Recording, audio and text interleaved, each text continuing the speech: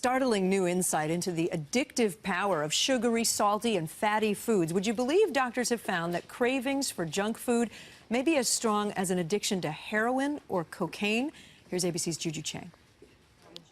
In the fridge, we've got some cheesecake, which is... Carrie Banks has a serious weakness. And I think we still have ice cream. I could eat half a pack of Oreos and milk and consider it nothing. And saying no to the cravings? Forget about it. If I wanted the food and it was available, I would eat it.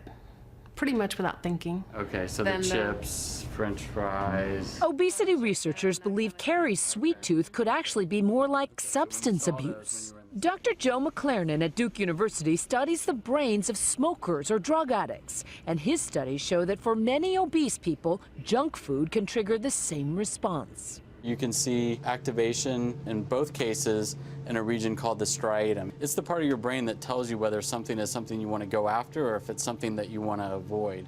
But it's also the part of the brain that's involved in learning habits. In a new study, scientists at the Scripps Research Institute found similar results in rats.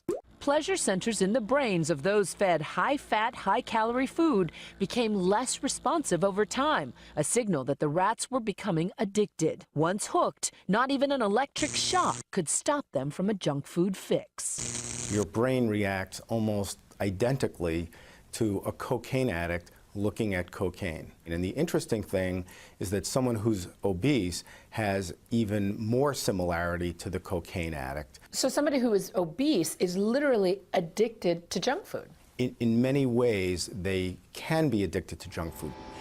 For Carrie, the trigger foods mostly are high-fat and high-calorie.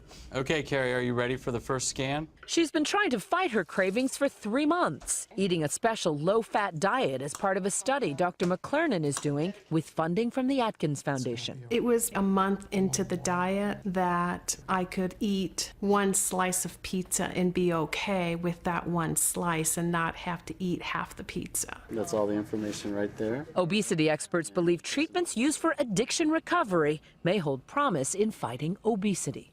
We know that people can learn new ways to live that are healthier. That's part of the challenge right now, is developing new techniques and new diets that help people learn those new ways of responding to food. For Good Morning America, Juju Chang, ABC News.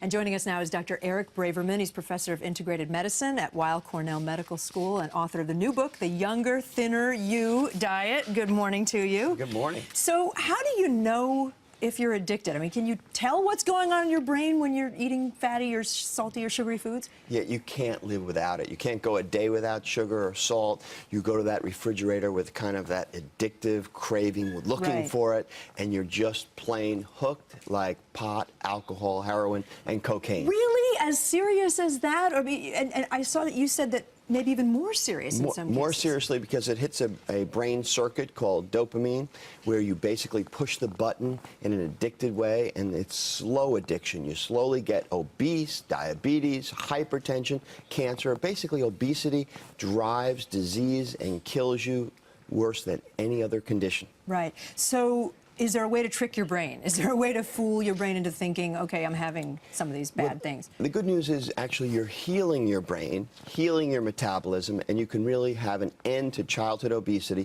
by basically starting out with natural sweeteners for sugar craving, cinnamon for sugar craving, spices for salt craving. So skip the sugar and have something like stevia, Truvia, even, you know, the classic brands of sugar substitutes, and cinnamon also cuts the craving for sugar. That's interesting. I didn't know about cinnamon. And then for salt, we all eat so much salt. What do you do? Oh, buy fresh spices.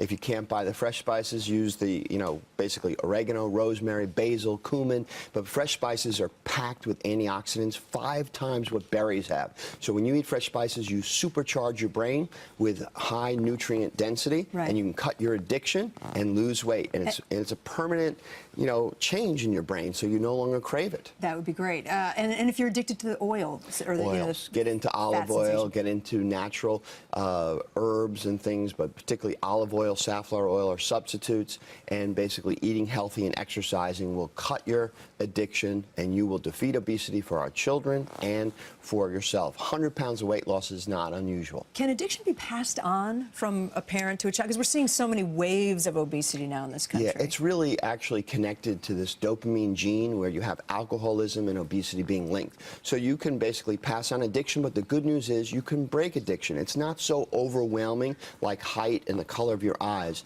You can break addiction by changing your habits and lose weight permanently. I do wonder if we blame addiction for all this, are we sort of, is it a little bit of a cop-out that, oh, I'm not, you know, it's not me, it's my body's addicted to this? You know, we all have behavioral? Everything's determined, yet we have free will. The reality is we live in a culture that's a little dangerous for your brain because you're bombarded by salt in the restaurants, sugar everywhere, junk food everywhere, fried food everywhere, and you need to take charge of your brain, take charge of your life, and lose weight permanently. Dr. Braverman, thanks for being with us this morning. Thank you.